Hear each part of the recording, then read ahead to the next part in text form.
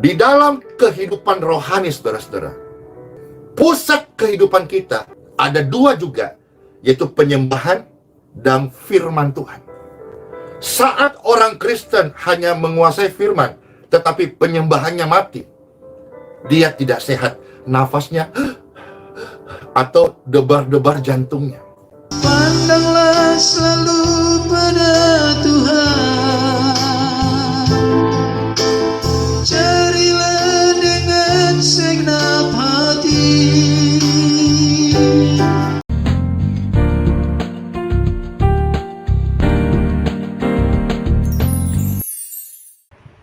Shalom, salam sejahtera dalam kasih Tuhan kita Yesus Kristus. Jumpa kembali dengan saya, Pendeta Berton Nababan. Pada kesempatan ini saya rindu kembali membahas seputar kehidupan dan pelayanan hambanya Pastor Andi Simon.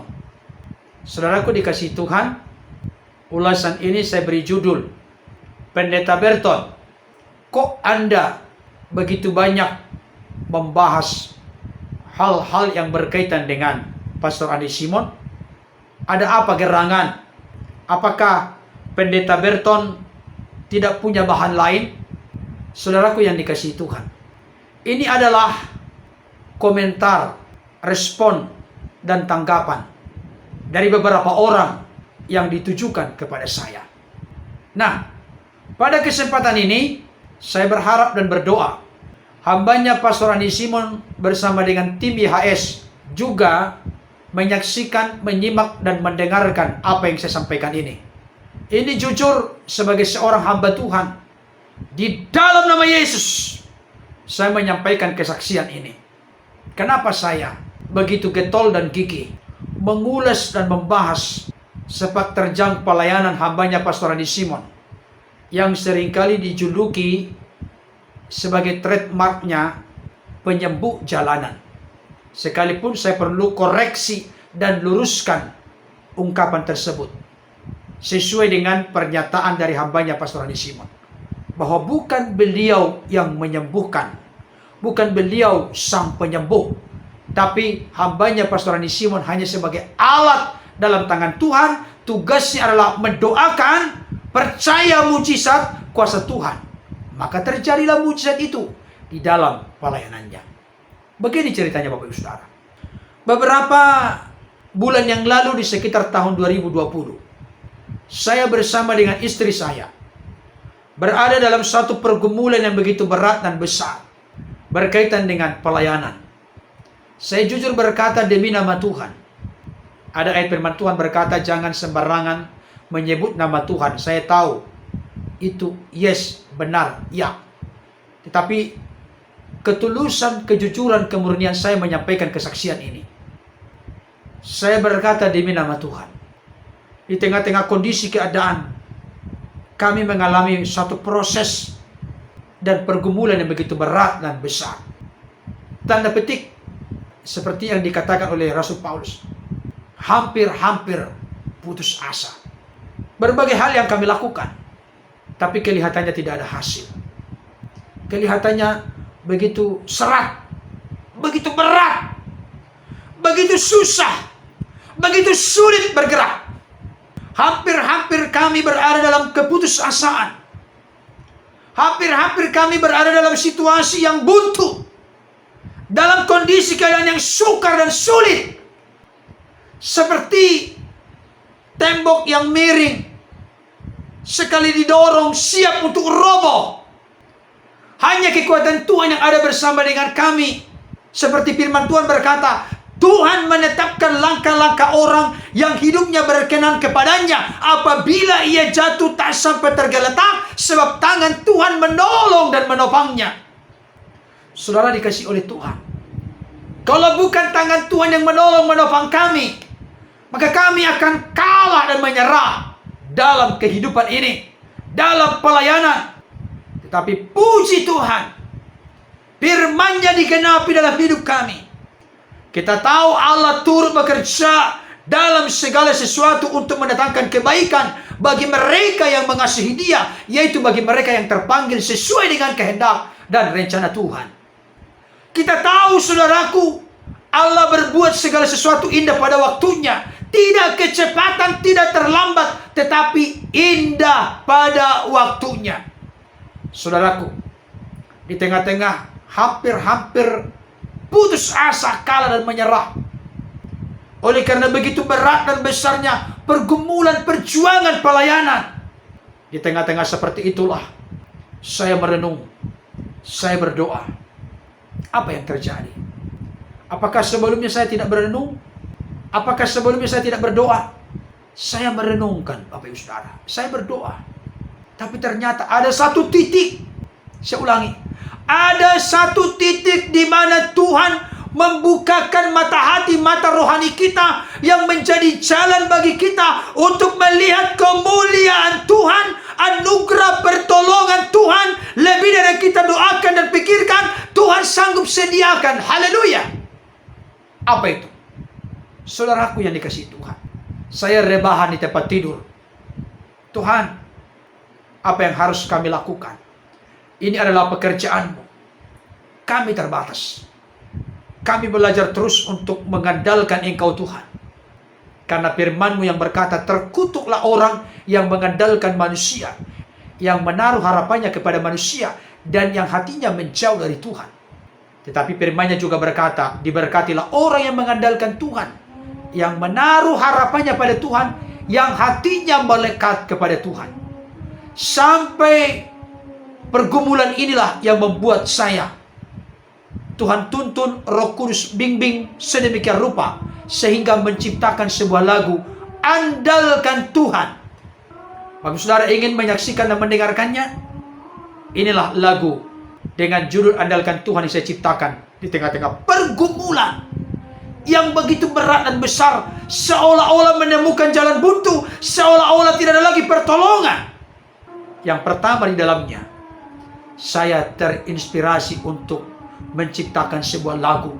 Dan saya yakin lagu ini akan menjadi berkat bagi tubuh Kristus, bagi gereja Tuhan, bagi orang-orang percaya. Sebelum saya lebih jauh melanjutkan kesaksian ini, ada baiknya kita saksikan dulu lagu pujian yang saya gubah. Selamat menyaksikan.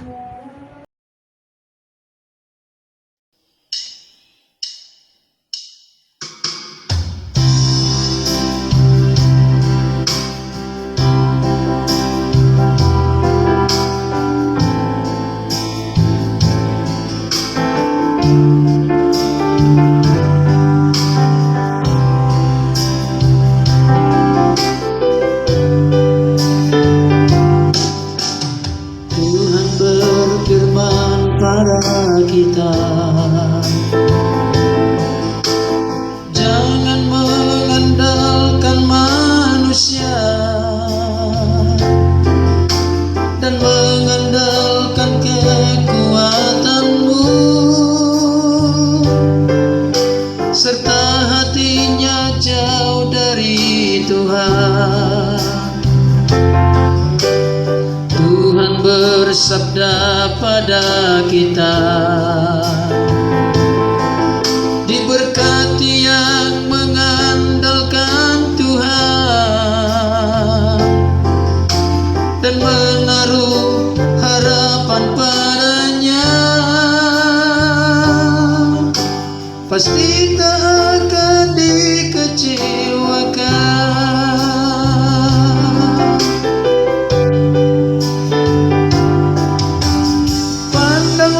Selalu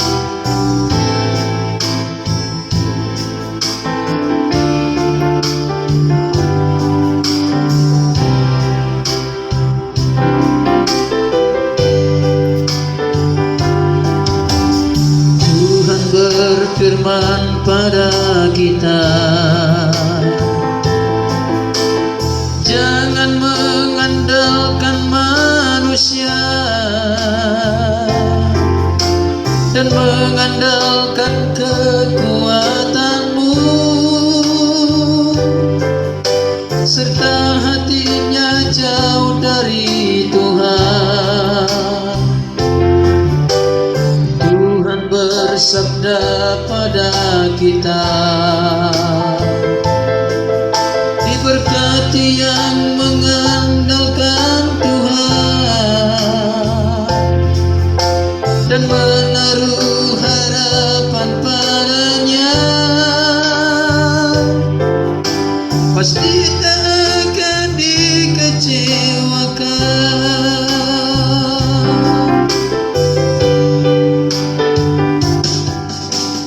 Pandanglah selalu pada Tuhan, carilah dengan segenap hati.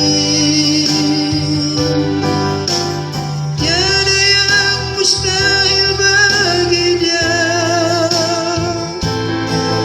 kuasanya pasti nyata atas kita. Pandanglah selalu pada Tuhan, carilah dengan segenap hati.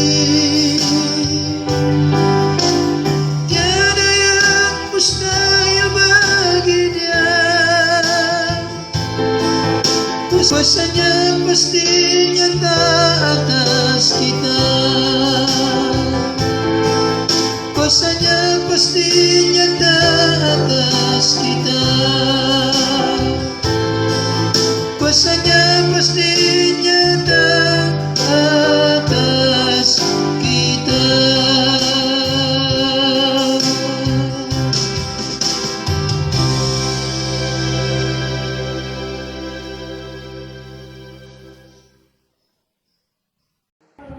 Baik Bapak Ibu Saudara, tadi kita sudah menyaksikan dan mendengarkan lagu pujian dengan judul Andalkan Tuhan.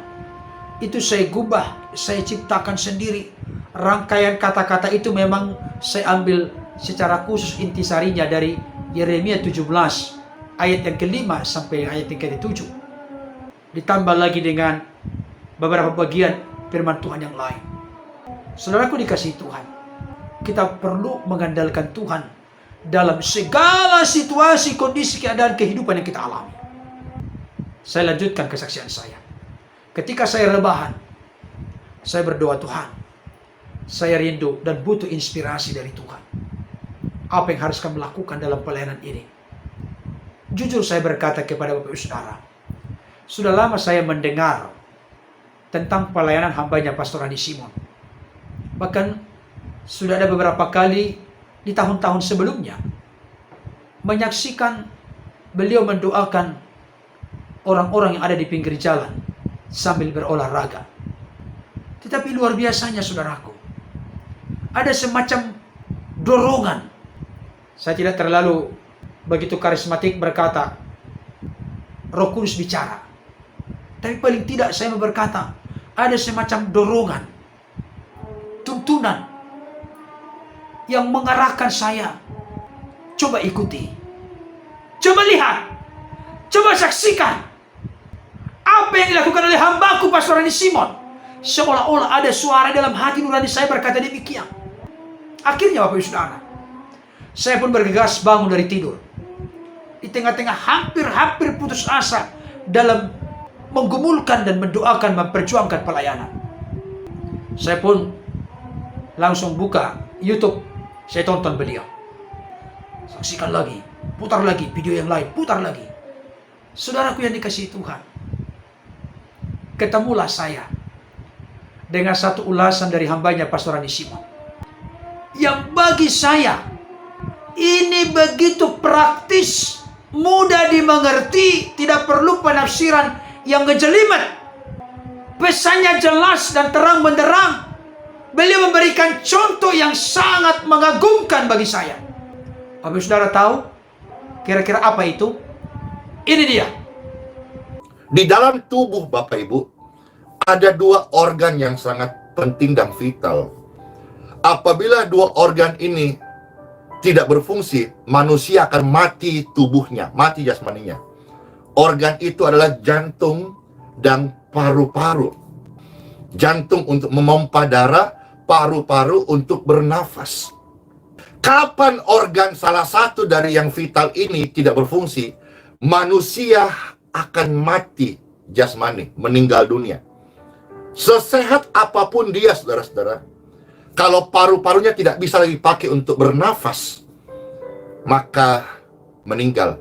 Semudah apapun, sesehat apapun, meninggal. Sama halnya ketika jantung tidak lagi berdenyut, mau sekuat, seganteng, secantik, sekaya apapun, meninggal, mati, dan dikubur. Di dalam kehidupan rohani, saudara-saudara, pusat kehidupan kita ada dua juga, yaitu penyembahan dan firman Tuhan.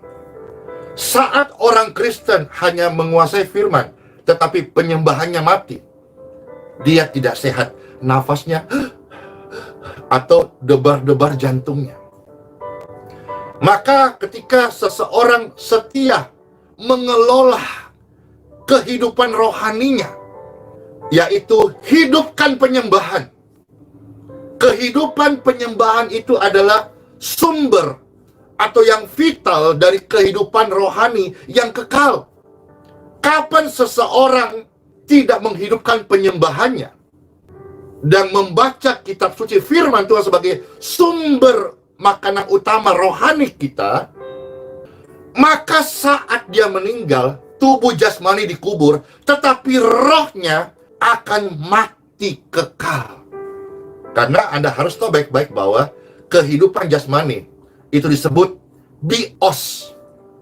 Bios itu sementara.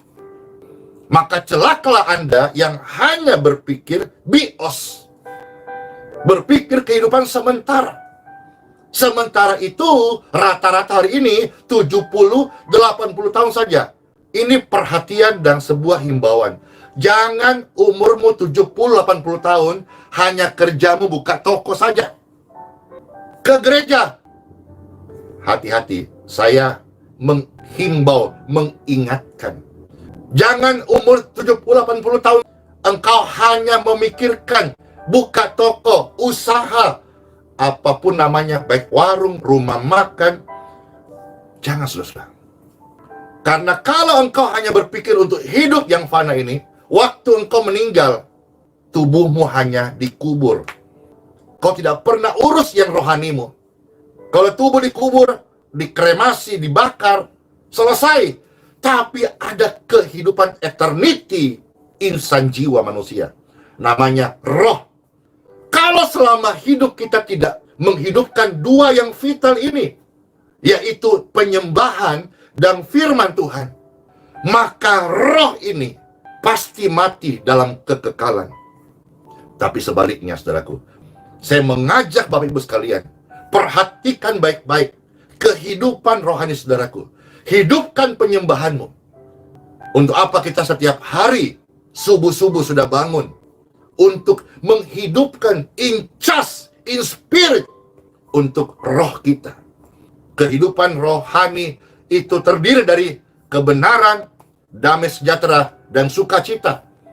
Bukan hanya pikiran, sandang, papan, pangan, pakaian. Bukan. Kamu selalu khawatir untuk hal-hal itu. Padahal itu nggak ada habis-habisnya. Tetapi ketika kita hidup oleh roh, kita akan dipenuhi kebenaran, sukacita, dan damai sejahtera. Karena kerajaan surga tidak terdiri dari makan minum saja, tapi ada kebenaran, damai sejahtera, dan sukacita. Dan kehidupan roh ini, ketika seseorang tidak menghidupinya, tidak hidup dalam penyembahan, tidak membaca firman Tuhan, mungkin dia bisa kelihatan baik-baik saja keagamaannya. Tetapi saat tubuhnya yang sementara dikubur, rohnya akan menuai kebinasaan. Saudara dikasih oleh Tuhan. Hambanya Pastor Adi Simon memberikan satu contoh dari organ tubuh kita. Ada dua organ vital dalam diri manusia yang tidak boleh tidak ada. Tidak boleh tidak berfungsi dengan baik. Kalau tidak, tidak akan sehat. Bahkan kalau salah satu tidak berfungsi akan mengalami kematian, yaitu jantung dan paru-paru. Jantung berhenti, manusia meninggal. Paru-paru tidak berfungsi, manusia hanya menunggu waktu meninggal. Saudaraku dikasihi Tuhan, hambanya Pastor Randi Simon secara lugas, tuntas, praktis, sederhana menyampaikan, jantung itu diibaratkan seperti firman Tuhan, dan paru-paru itu diibaratkan seperti doa, pujian, pengagungan, penyembahan kita kepada Tuhan. Bukan rumus rahasia yang ngejelimet seperti rumus kimia atau rumus fisika. Tidak. Praktis. Tapi lakukan dengan sungguh-sungguh, kerjakan dengan serius. Jangan main-main. Jangan main dua hati. Jangan berpura-pura. Lakukan dengan tulus, dengan setia, dengan komitmen. Saudara dikasihi Tuhan, ketika saya menyaksikan, mendengarkan contoh ini, terus terang, tubuh saya seperti dialiri oleh aliran getaran surgawi. Apakah itu Roh Kudus yang bekerja? Mata hati, mata rohani saya tercelik dan terbuka. Saya sebagai seorang yang pernah belajar sekolah teologi, bahkan sebelum sekolah teologi, saya 2 tahun sekolah Alkitab, pembentukan atau penggemblengan spiritual, kerohanian. Untuk memperdalam ilmu teologi, saya masuk strata 1. Saya rindu lagi lebih dalam, saya masuk strata 2. Tapi saya mau kasih tahu, itu perlu, itu penting. Tapi jangan sampai pernah mengandalkan itu. Yang lebih utama, lebih penting adalah bagaimana relasi hubungan saudara dan saya dengan Tuhan. Itu yang menjamin keberhasilan. Itu yang menjamin pengurapan. Itu yang menjamin dan menggaransi bagaimana kuasa Tuhan bekerja dengan dahsyat di dalam hidup kita, melalui hidup kita. Dan itulah rahasia yang dibongkar oleh hambanya Pastor Randi Simon, sehingga beliau dipakai oleh Tuhan secara efektif, efisien, optimal, dan maksimal sekarang ini. Saudaraku, setelah tubuh saya seperti dialiri sesuatu yang membuat saya segar, berkobar, penuh dengan damai sejahtera sukacita, saya pun kembali bangkit. Saudaraku dikasihi Tuhan, jadi saya itu mengulas, membahas hambanya Pastor Randi Simon bukan setetet, banyak viewer, banyak subscriber, banyak listen. Saya memang jujur berkata saya perlu itu, tidak munafik. Tapi ini kenapa saya selalu berupaya untuk membahas, mengulas apa yang disampaikan oleh beliau. Saya berdoa Pastor Randi Simon mendengarkan ini, menyaksikan ini, karena ini isi hati saya. Saudara dikasihi Tuhan, saya tahu secara umur hambanya Pastor Randi Simon lebih muda dari saya, tapi sudah menjadi motor dalam hidup saya. Saya mau belajar dari apapun dan dari siapapun. Yang penting itu adalah hal yang membawa saya makin bertumbuh, makin dewasa, makin efektif, makin efisien dipakai oleh Tuhan. Dan salah satu di antaranya adalah Tuhan pakai hambanya Pastor Randi Simon untuk tanda petik menyetrum, mengingatkan, menyadarkan akan kuasa Tuhan yang terjadi di zaman para rasul masih pelayanan. Saudaraku dikasihi Tuhan, inilah alasan saya yang selama ini sering mengupas, membahas konten hambanya Pastor Randi Simon. Kenapa? Karena saya yang tadinya tanda petik merasa terhilang, lesu, lemah, hampir-hampir putus asa, kalah, kecewa, patah arang, menyerah dalam pelayanan, Tuhan pakai hambanya Pastor Randi Simon untuk menjadi bagian dalam sejarah kehidupan saya, dalam sejarah kehidupan pelayanan kami. Untuk hambanya Pastor Randi Simon, terima kasih Pak.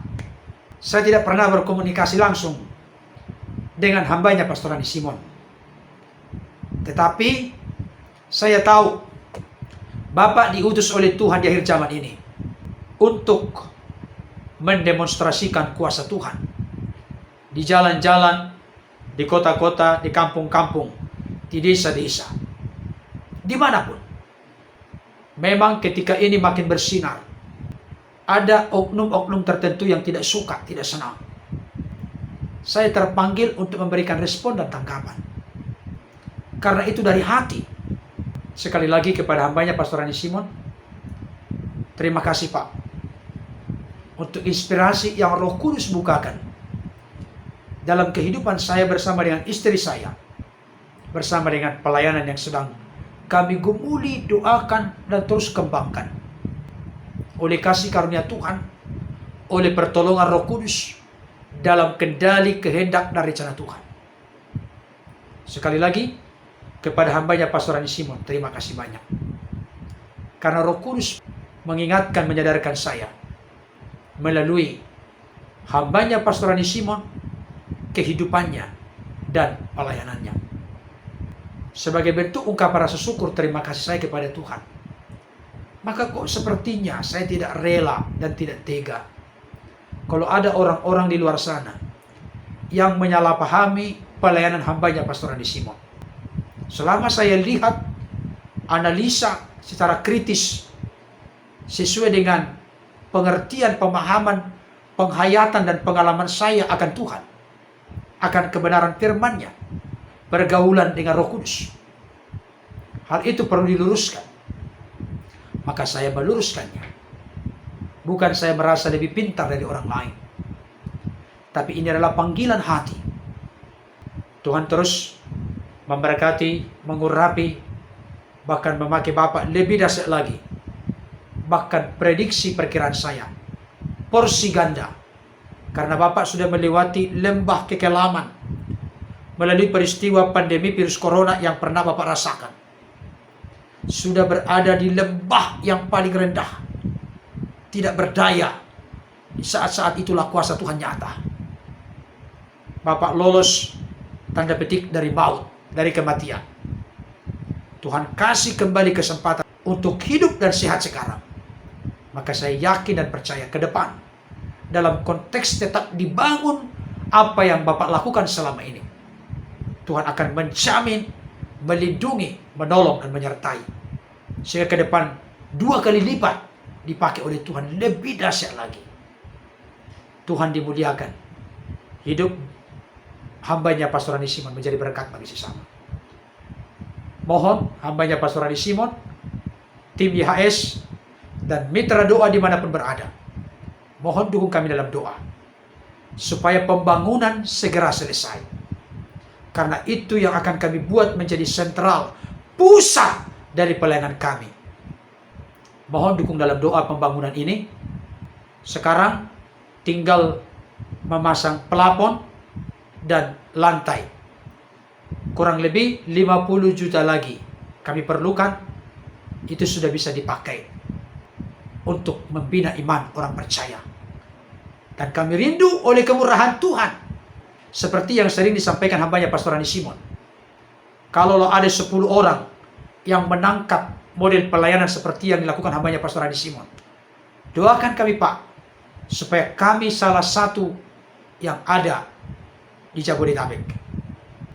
Karena ulasan ini, isi hati yang sudah saya sampaikan ini, dapat mencerahkan kita, meneguhkan, menguatkan kita. Saudara dikasih Tuhan, tubuh Kristus, gereja Tuhan dimanapun, jangan pernah mengambil langkah putus asa, kecewa, pahit hati, kalah, dan menyerah. Dari apa yang saya sampaikan ini, saya rindu berbagi pengalaman kepada Bapak Ibu Saudara. Ternyata di tengah-tengah kita tidak berdaya. Di saat itulah Tuhan menuntun memimpin kita. Tuhan mengasah rohani kita untuk peka apa maunya Tuhan.